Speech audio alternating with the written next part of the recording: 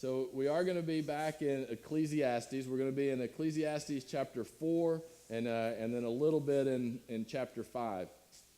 One of the things that's really challenging with Ecclesiastes and trying to preach through Ecclesiastes is that there is some repetition, which you see that in a lot of places in the Bible, that it kind of repeats itself and kind of repeats themes, which is fine because that's how we learn, right? We learn through repetition.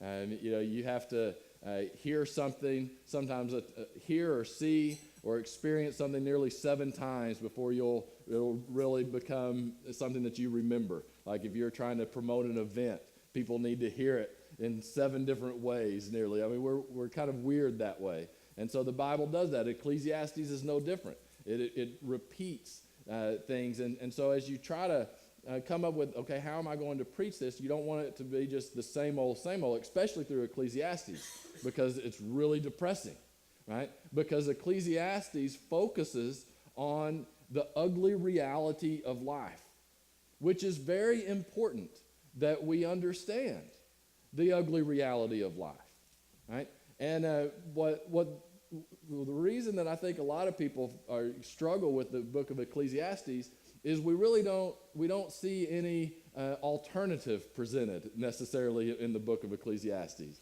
The rest of the Bible talks about how we engage this reality of life, but Ecclesiastes, he just kind of keeps getting, it's like he's writing down things that are frustrating, and then he gets to a point and he goes, oh yeah, and then that reminds me of this other thing that's frustrating. And sometimes it doesn't really even flow. And but what I've found is that there are some nearly unintentional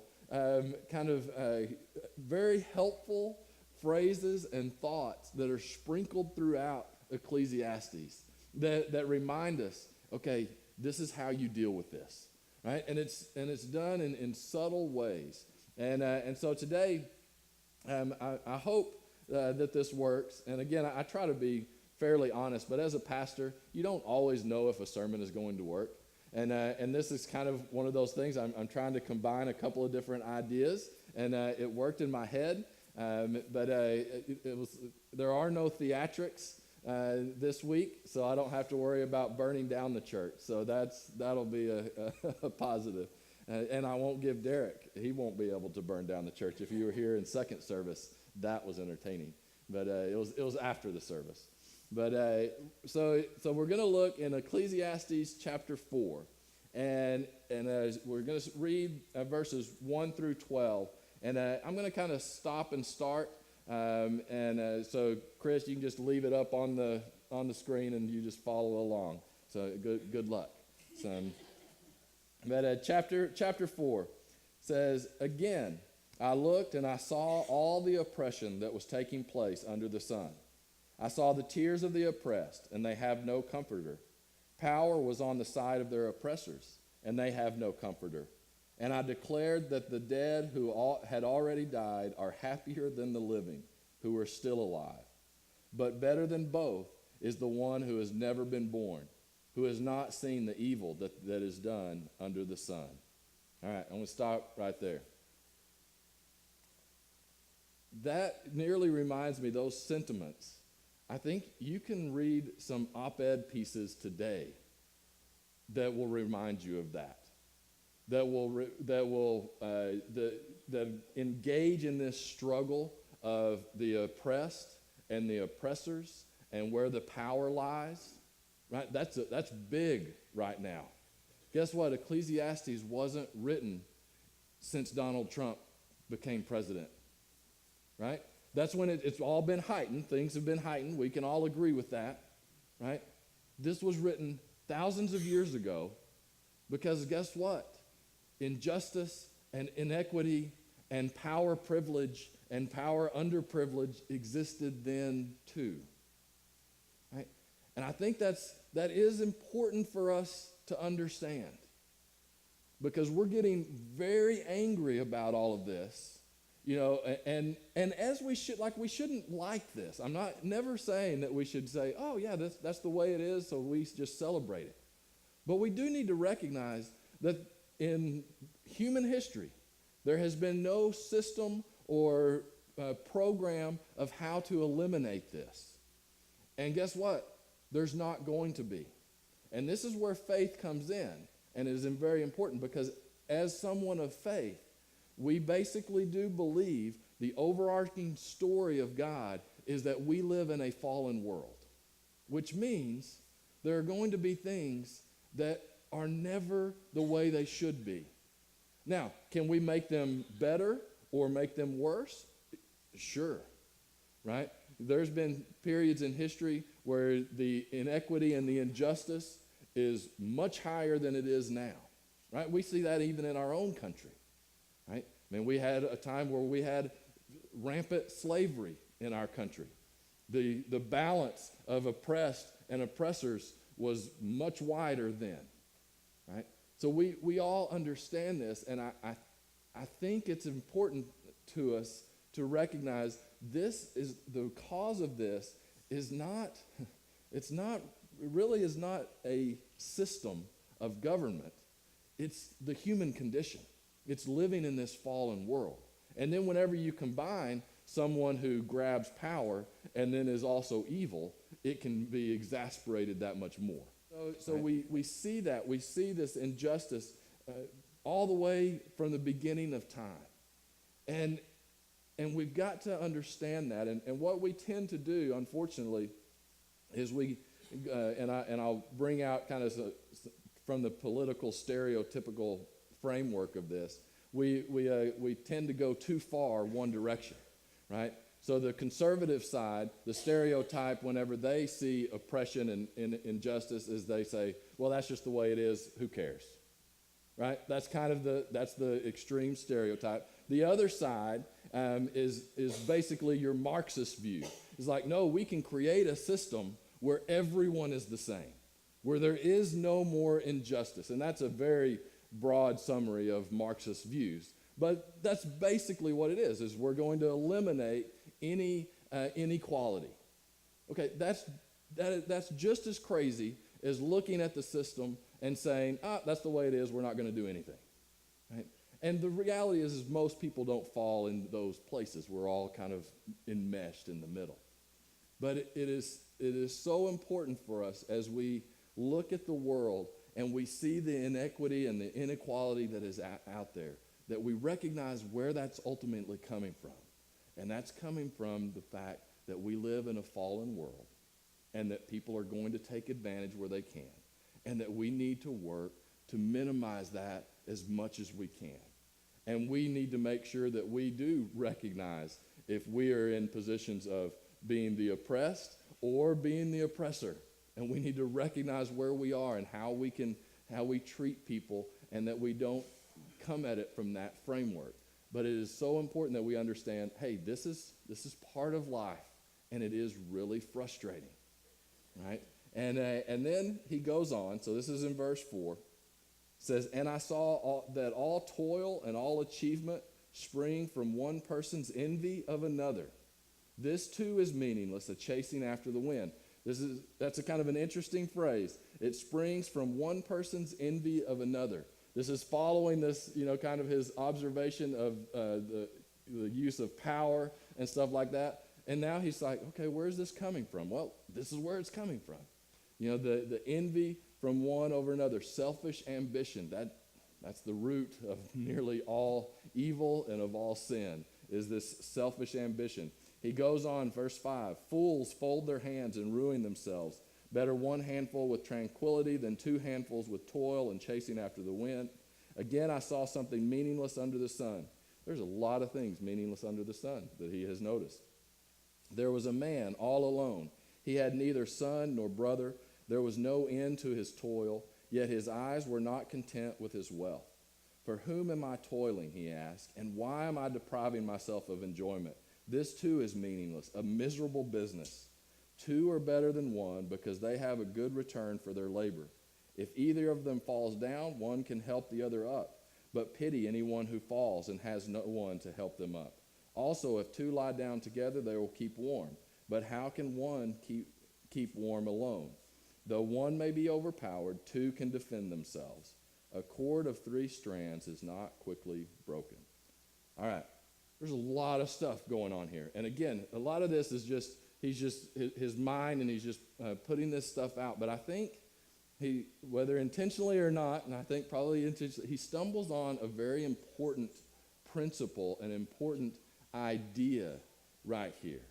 And I think it's really important for us to recognize this. So he's talked about this inequality, this oppression, this separation between people, that it's a result of envy, of selfishness, of all of this. And then he gets to talking about a man who is alone, or a person who is alone, trying to do things on their own for themselves, right? And that it is meaningless.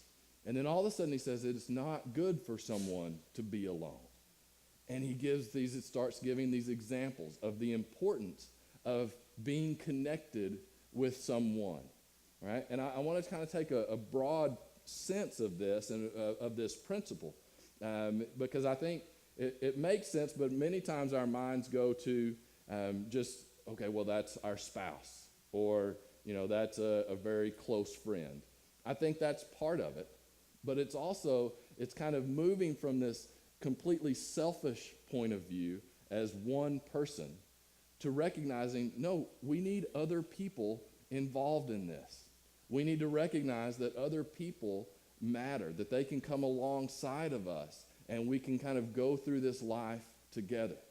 Now, if we started seeing that, so one of the root causes of oppression and inequality, right, is that we see other people as a hindrance or a burden rather than someone who can actually come and help us through life, right? So in a big picture, I think this idea of not being alone, of understanding that we're going through life and we're going through the world with other people, and those other people matter, and those other people that if we will actually engage and get connected with them, life will be better for us as well, right? And he has all of these different, that you can gather more warmth, that all of this stuff is better if you're doing it with someone else, and that you are stronger. And I think there's something that's very important there, and I also think that this spills over whenever we talk about the importance of a church community, of a faith community. Who are those people that we're putting around us that help us engage life, help us engage the frustration of life? I found that if whenever I am going through a frustrating situation, whatever it may be, right, whether it's related to job stuff or whether it's related to family things, if I try to deal with it strictly on my own, it's going to lead to more frustration eventually, right? I may be able to patch it here and there, and I may be able to keep things afloat, but eventually I'm just going to get more frustrated because I realize, hey, I can't do this. But if I will actually invite maybe my wife along, or maybe some of those who are close to me, who I trust, and who I can share what is burdening me, what is frustrating me, all of a sudden you start hearing some different perspectives, and that frustration level does go down. And I think what he's trying to say here is how important it is that we realize we are not strictly individuals in this world. We are interacting with other people, and that is important. And we need to see people as God sees them. And we tend to do this, we are a rugged, individualistic society. And there's some good things that come with that. But there are also some negatives. And I mean, you even see it in marriages, where rather than trying to do things together on your own, that things have started to seep into that marriage, and you feel like, no, you know what, I don't want to bring my spouse into this. I don't want them to have to, deal with what I'm dealing with. All of that just causes more frustration. And so I really think there's something to this importance of recognizing that we are more than just an individual walking through the world. That it is important to engage with others, and especially engage with those who we know have our best interest at heart, who kind of have our view of life. That's why a church family, I believe, is so important, because that allows us and helps us to be able to engage in the frustration of life more. Now, you probably heard at the very end, this is a phrase that is used a lot. And it says, a cord of 3 strands is not quickly broken. And so basically you think about, I think about those white cotton ropes, that are wound. And so you have actually 3 of them braided together. Right? And that clearly is stronger than just one. We all understand that. I do think it's interesting how the writer here, he's talking about 2, and he's clearly talking about human relationships. And he's going 2, 2, 2, and then he just kind of throws in, hey, a cord of 3 strands is not easily broken. Well, what's he talking about? Where did this third person come in? Well, I think he's obviously, and it's such a simple example, but so pertinent. He's obviously talking about God in that God is weaved in with us and with our relationships, and that he is an integral part in it. And I know that's a simple illustration, but it is one that we have a hard time doing. Because what we like to do is we like to kind of take that strand of God, we like to keep it, but we kind of put it over here. And on Sundays and on certain times or whenever we feel like it, we'll go and we'll kind of wind it up, right? And then we get back in the world, and sometimes it's a choice of ours. Sometimes it's not. Sometimes we just get so frustrated and focused on life that what we realize is, man, we're walking around that one strand and leaving it there by itself. And it is so important that we recognize that, man, we are going to go crazy in this world because it doesn't make sense. And it is frustrating. And what sin has done in the world, it just makes, we sang that song that we see the world in new light. Well, the way we do that is because we're seeing it through God. Without, we are seeing a world that is not bright and colorful, right? You have to have that third strand wrapped around, or that will not happen. And Ecclesiastes, he goes on and he kind of opens up just a little bit. We're going to skip 5. So it's just he has another little thought there at the end of chapter 4. But in chapter 5, he says this. He says, guard your steps when you go to the house of God. Go near to listen rather than to offer the sacrifice of fools who do not know that they do wrong. Do not be quick with your mouth. Do not be hasty in your heart to utter anything before God. God is in heaven and you are on earth, so let your words be few. A dream comes when there are many cares, and many words mark the speech of a fool. That phrase, God is in heaven, you are on earth. Basically what that is saying, God knows what he's doing. He sees the big picture. You're on earth, you are overwhelmed, and you don't get it. Right? That's okay. But that's the reality, is you're not going to see the world the way that God does. And so let your words be few. And he talks about that numerous times in this little section of when you enter into the house of the Lord, let your words be few. Be quiet. Listen. Allow God to be the one who speaks. Man, there's a really important principle here. Because in order to be quiet and to listen, you actually kind of have to humble yourself. Right? You actually have to kind of let your guard down. And you know what? If we would actually approach the 3 strands that way with our relationships with other people, as well as our relationship with God, we would probably be a whole lot better off. And it's interesting that he says this, because this is one of the things that we constantly are trying to fix the problems. And so we see the world and we see the problems, and it's like, okay, how do we go about fixing them? And we talk and we talk and we talk. One of the things that we need to incorporate there is, man, we need to just listen to God. And you know what? I think he will start opening our eyes, and that we will see the world in a different way. And we will be able to see the inequality and the oppression. But we will also be able to see it through his eyes, and that he is going to make everything right one day. And we can make progress towards that. But we know that ultimately justice is going to be found in his hands. One thing that he says here, he says, go near to listen rather than to offer the sacrifice of fools who do not know that they do wrong. Right?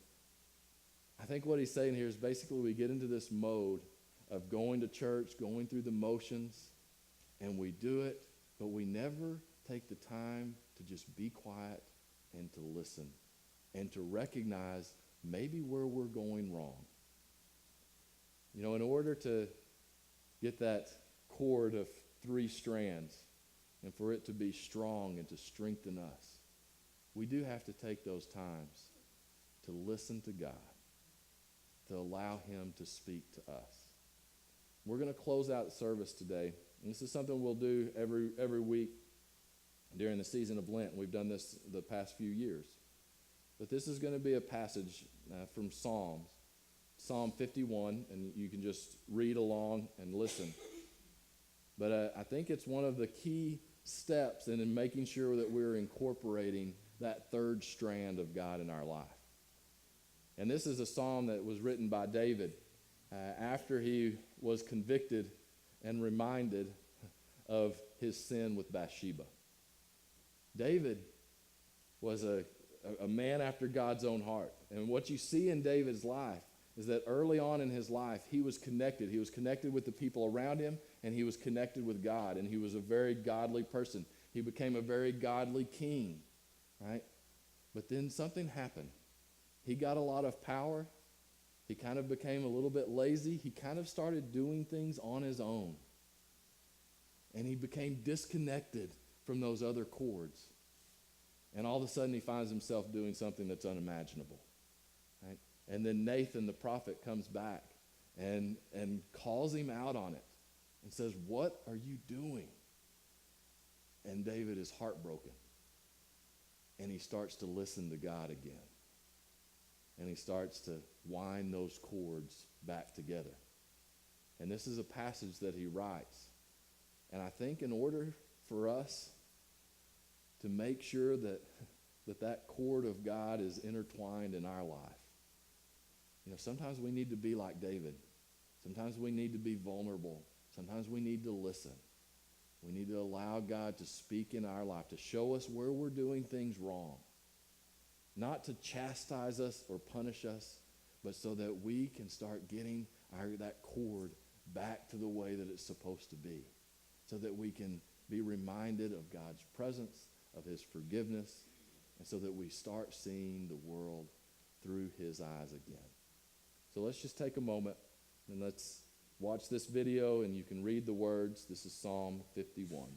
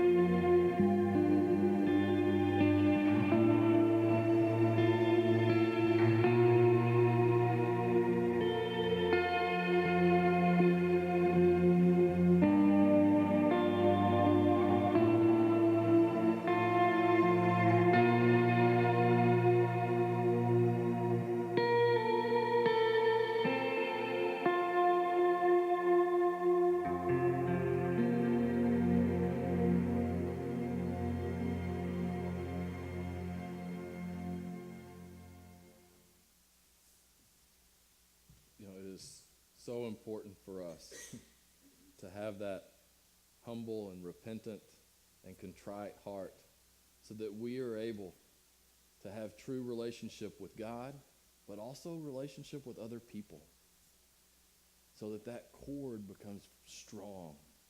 Because within that passage, if you noticed, that David writes, he says, my sin is before me, I'm repentant, all of this stuff, and he says, please turn your face from my sins, have mercy on me, so that I can go out and I can tell others, and I can help them and point them in the right direction. Ecclesiastes makes it very clear that we live in a world that is messed up.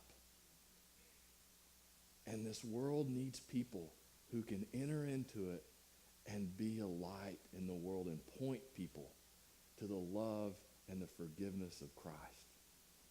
And the only way that we're going to be able to do that is if we're a cord of 3 strands. We're not trying to do it on our own.